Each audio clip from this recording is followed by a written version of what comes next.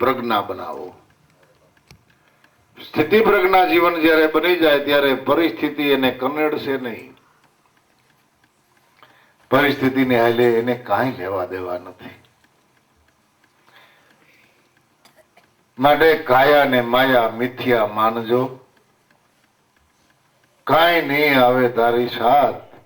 જે તમે માનો છો પોતાના એ બધાય છે પ્યાર કા પુત્ર ને પરિવાર. એ બધી પરિબ્રહ્મ પરમાત્માની રચના છે. પણ એમાં મારાપણાની જે મમતા બંધાણી છે એટલે રાત ને દી આપણે દમ પછાડા કરી. બધું પરમાત્માને ખોરે મૂકી દો. એને જે કાંઈ કરવું હોય કરે. નરસિંહ મહેતા એમ કહી દઉં કે પ્રભુ કરે એ ભલું કરે છે, હરિ કરે એ સારું કરે છે. તમે સોસ ધરો સિદ્ધને પ્રાણી, શું કરો અફસોસ કરો? એની જે કાંઈ કર્યો એ કાંઈ ભૂલ ભરેલું એનું જીવન કે ભૂલ ભરેલું એનો વિચાર કે ભૂલ ભરેલું એનું ડગલું નથી. કોઈનું એ ખરાબ નથી કરતા તો આપણું ખરાબ કેમ કરે? આજની તારીખમાં આપણે જે પ્રસંગોપાત બેઠા છીએ એમાં કદાચ એવું વિચારીએ કે ભાઈને કરી હજી જરૂર હતી, પણ જરૂર હોય કે ન હોય શું કરો? ઈશ્વરની ઈચ્છા હોય એમ થાય. વડલા ઉપર હોલો ને હોલી ભજન કરતા હતા અને કાંઈ મનમાં બીકે નહીં અને મનમાં કોઈ નબળા વિચાર હોય નહીં. હોલો ને હોલી વડલા ઉપર બેઠા, ઉપર બાજ આવ્યો પકડવા. નીચે પારાથી રહ્યો તીરદાણી, હેઠેથી પારાથી બાણ ચડાવીને બેઠો કે આજ આપણને શિકાર મળી ગયો. ઉપર બાજ ઝડપો મારે કે આજ મને શિકાર મળી ગયો. હોલો ને હોલી ઉપર બાજ, નીચે પારાથી રહ્યો તીરદાણી. પણ પારાધીના પગમાં સરોપે ડંખ માર્યો અને વાં બાજ થયો થોડી દાણી. જે નિશાન હોલા હોલીનું હતું એ નિશાન ફગી જવાથી ઉપલા બાજને લાગ્યું. બાજનું મૃત્યુ થઈ ગયું. અહીંયા શિકારીનું મૃત્યુ થઈ ગયું. એવી રીતે બસાવે. એમાંથી ચારેય બાજુથી જો બસાવતો હોય તો પરિબ્રહ્મ પરમાત્મા બસાવે, પણ એના નિર્માણ પ્રમાણે બસાવે. એને જે નક્કી કર્યું હોય એ રીતે.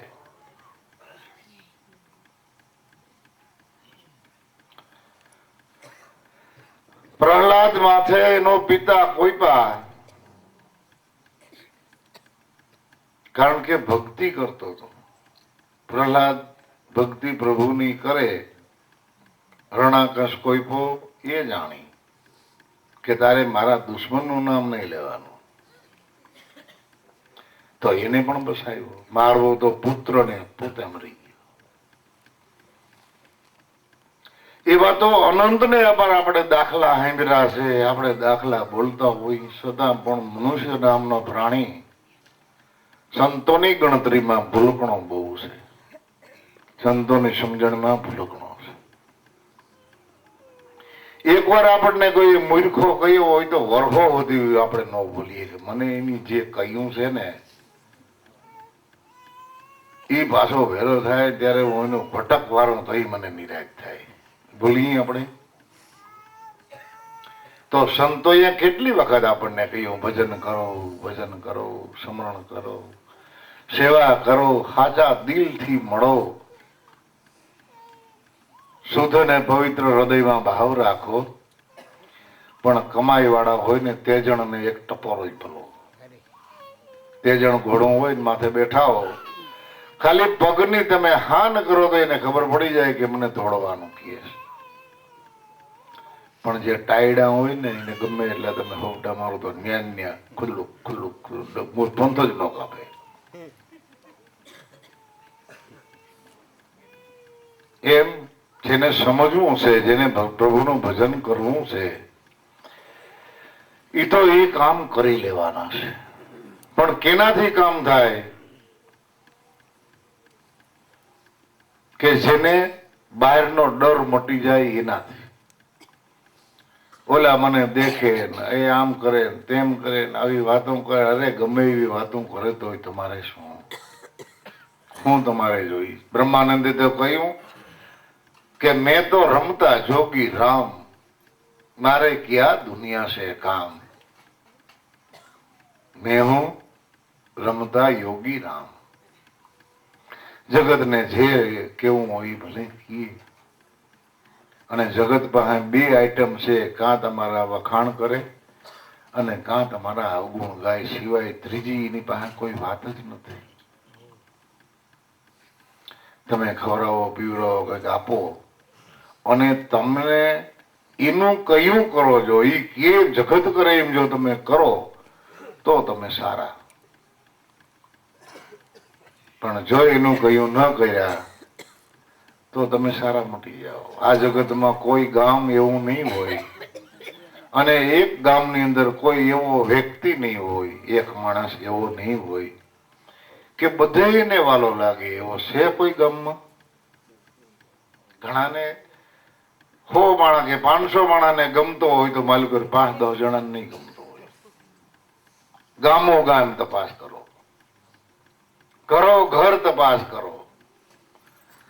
જેના જે ગમતો હોય એનું તમે થોડીક વખાણ વાળી વાત કરજો તો સાંભળવા વાળો ઘડીક વાર સાંભળશે, પણ પછી એના મગજમાં ઊંડી અંદરમાં ભડકો થવા, હવે બંધ થાને ભાઈ, તું જેના વખાણ કરાઈ મેં જોયો. એટલે ગામો ગામ, નાનું ગામ હોય તો ભલે, 500 માણાની વસ્તી ગામમાં હોય તો ભલે અને 1000ની વસ્તી હોય તો ભલે, પણ એક માણસ બધાય માણસને ગમે એવા અવતારી પુરુષો નહોતા તો આપણે ક્યાંથી હોય? આપણે તો સામાન્ય વ્યક્તિ છીએ. રામે બધાને નથી ગમ્યા, કૃષ્ણ નથી ગમ્યા, રામાપીર નથી ગમ્યા, કબીર સાહેબ બધાને નથી ગમ્યા. એમ આદિ અનાદિથી જગતને જો તમે જોતા આવો, અનુભવ કરતા આવો તો આપણા બધાય ધોખા મટી જાય, આપણી બધી ઉપાધિ વહી જાય કે ન વહી જાય? તો આપણે શું એવી લાલચ રાખવાની કે બધાને આપણે વાલા લાગશું? ન લાગી વાલા. કૃષ્ણ ભગવાન પાંડવોને વાલા લાગતા તો કૌરવોને નહોતા ગમતા કે ગમતા? રામ ભગવાન વિભીષણને વાલા લાગતા તો એના જ ભાઈ રાવણને કુંભકર્ણને નહોતા ગમતા. એક જ માતાના સંતાન, એક જ પિતાના સંતાન, તો એકને ગમતા ને એકને નહોતા ગમતા. અરે જેના ઘરમાં હોય, તમે આપણા ઘરમાં જ આપણે 2-5 સભ્ય હોય ને, આપણે બૈરા હોય, દીકરા હોય, વહુ હોય, દીકરીઓ હોય,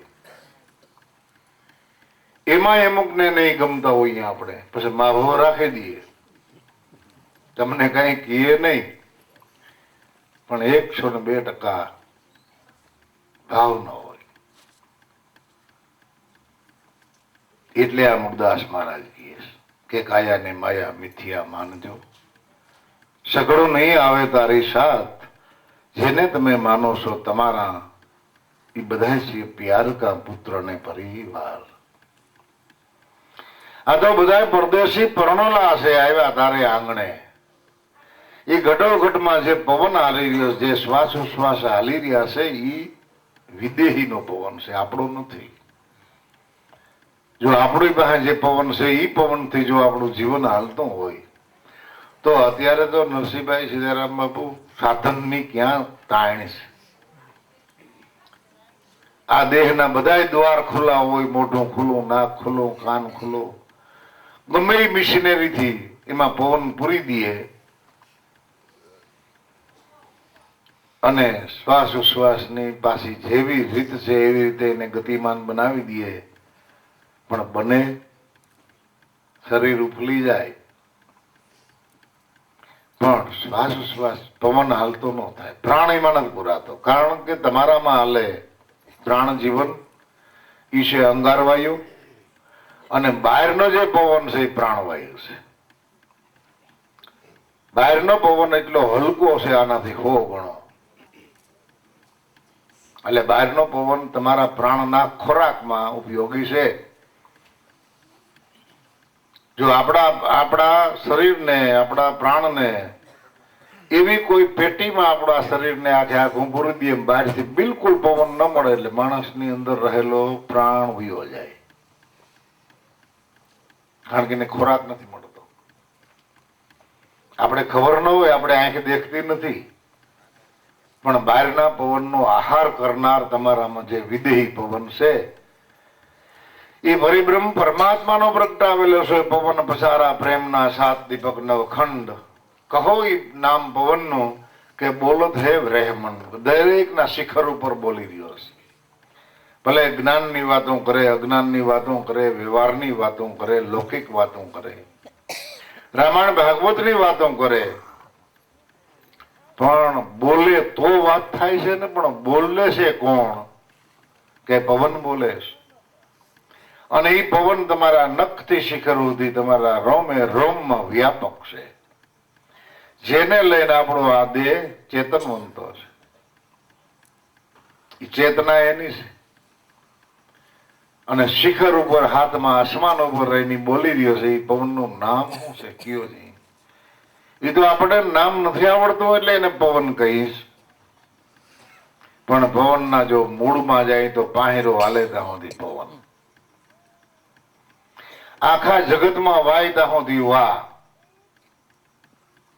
જો એ પવનને પારખો તો એ પવન છે તમારું મન. જો મનને પારખો તો એ મન છે તમારો પ્રાણ. જો પ્રાણને પારખો તો પ્રાણને પ્રગટાવનાર એ સત શબ્દ છે. અને સત શબ્દને ગતિ આપનાર એ સદગુરુદેવ છે. એના પ્રકાશથી આપણામાં પવન હાલી રહ્યો છે. એ પવનનું નામ સત શબ્દ છે. સત વિના એક ઘડી કે ન હાલે. અસત વિના તો આખી જિંદગી હાલે. પણ સતને આધારે તમારે જેટલું ખોટું બોલવું હોય 100 વર્ષ સુધી બોલો, પણ અંદર સત્ય પડ્યું છે ઈ ને આધારે ખોટું બોલાય છે. પણ આમાં આની અંદર ચેતન ન હોય, સત્ય વસ્તુ ન હોય તો કોણ ખોટું બોલશે? એમાં કોણ ક્રોધ કરશે? કોણ મમતા કરશે? કોણ કોની નિંદા કરશે? એટલે સતને આધારે આ જગત રૂપી જાળવું અને આપણો આ દેહ ટકી રહ્યો છે. તો એ સત્યની ખોજ કરો, સત્યની સમજણ લ્યો અને એ સતના સંગમાં કાયમની માટે આપણી સુરતાનો દોર બાંધી દેવો. એનું નામ સત્સંગ. અને વાણીથી આપણે જે વાતો કરીએ છીએ તો જ્ઞાનની ચર્ચા છે, અથવા સત્ય ક્યાં પડ્યું છે, સત્યને મળવું હોય તો કેમ મળવું, સતને ઓળખવું હોય તો કેમ ઓળખવું, એનું વાણી દ્વારા માર્ગદર્શન મળે. પણ સત્ય તો જે સત છે ન્યાસ છે, એને આધારે આ જગત જીવન હાલી રહ્યો છે.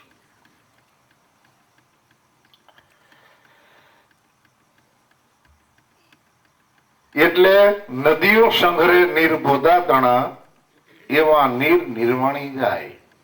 ગમે તેટલો વરસાદ પડે તોય પોતાની હદમાંથી બારું ન નીરે પાણી, એને હિંગરો કહેવાય. પણ વધારે વરસાદ થાય અને નદી સહન ન કરી શકે, પોતે પોતાના સ્વરૂપમાં હમાવી ન શકે અને બારું નીકળે તો કેટલીક નુકસાની કરે. કોઈના ખેતર બગાડે, કોઈની વાડીઓ બગાડે, કોઈ ઝાડવા તાણી જાય, કોઈ જનાવર પશુ પ્રાણીને તાણી જાય. તો એ નિર્વાણી નથી, એ નિર્વાણી નથી. પણ નદીઓ તો એવી હોય, ગંગાજી જેવી, જમનાજી જેવી, બ્રહ્મપુત્રા જેવી, કે ગમે તેટલો વરસાદ પડે તો પણ એની અંદર સમાવી લે અને જ્યાંથી હાલતી થાય ત્યાંથી સાગરને મળે ત્યાં સુધીમાં અનેકની તૃષ્ણા મટાડી દે. ગમે એ પાણી પીવા જાય, પશુ પક્ષી દાનવ માનવ સૌર સાવકાર, એમાં કોઈ દ્વેત ભાવ કે ખાર ખેત નહીં. પીવા જાવું જોઈએ. જેને તરસ લાગી ગયા પીવા અને પીધી એની બધીની તરસ મટી ગઈ. પછી નદી ભલે આમ વાંકા સૂકી હોય પણ પાણી વાંકા સૂકું નથી. તમે ખબો ભરીને પીઓ તો ખરા. અરે પણ આવી વાંકા સૂકી નદી, નદીમાં ઝાડવા શેવાર ને આ કેમ પીવું? તરાઈ લાગ્યું હોય તો શેવારને જરા ખેકવી નાખ, પી લે. શેવાર એ જાત વર્ણ આપણી દ્રષ્ટિમાં જે આવે છે એ દ્રષ્ટિને બાદ કરો. દિવ્ય દ્રષ્ટિ સંતો મહાપુરુષો પાસેથી મેળવો તો જાત વરણ, ઊંચ નીચ, હલકું ભારી, પરિસ્થિતિ, ધનાઢ્ય ગરીબ એ બધું આપણા મગજમાંથી કાઢી નાખો. ચેતન ઈ ચેતન, ચેતન રૂપી પાટીમાં જગત ચિત્ર ચિતરાય. દાસ લાભુ દ્રષ્ટા ભાવે જો તમે જુઓ તો એ ચેતન ઓળખાય. ચેતનને આધારે આખું આ જગતનું ચિત્ર, એની અંદર ઝાડવા, નદી, નાળા, અનંત ને અપાર એવા પર્વતો, અનંત ને અપાર એવી જીવ સૃષ્ટિ બધી ચેતનની અંદર છે. અને આપણને એમ થાય કે ચેતન આ દેહમાં છે, પણ બારોબાર રહ્યો છે.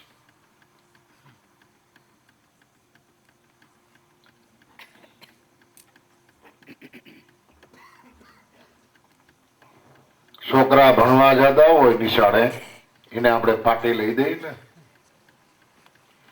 ભણતા ભણતા અમુક ટાઈમે ચિત્રકળા થોડી ઘણી જાણે તો ઈ પાટીમાં મોરલો બનાવી આવે, ક્યારેક હાથી બનાવે, ક્યારેક કમળ ફૂલ બનાવે, ક્યારેક બગીચો બનાવે. અને ઈ પાટી તમને આમ બતાવે તો એની અંદર જે ચિત્ર છે એ તમે વાત કરશો. તો મોરલો છે, આ તો કમળ છે, આ હાથી છે, આ બગીચો છે. પણ કોઈ એમ નહીં કહી શકે ઘડીકમાં ડાયરેક્ટ કે આ પાટી છે. અને એ બધા ચિત્ર ને પાછા ભૂમી નાખે, ફરી નવા ચિત્ર બનાવે. એમ આ જગતમાં ઉત્પત્તિ પરિસ્થિતિને લઈ, ઉત્પત્તિ પરિસ્થિતિને લઈ, આજથી 200 વર્ષ પહેલા આ જગતમાં માણસો હતા. એ માણસો ક્યાં? એ પશુ પક્ષી ક્યાં? ઈ ને ઈ માણસો બધા જમીનમાં હમાઈ ગયા. ને ઈ ને નાથ મારા નાથે આ પાછા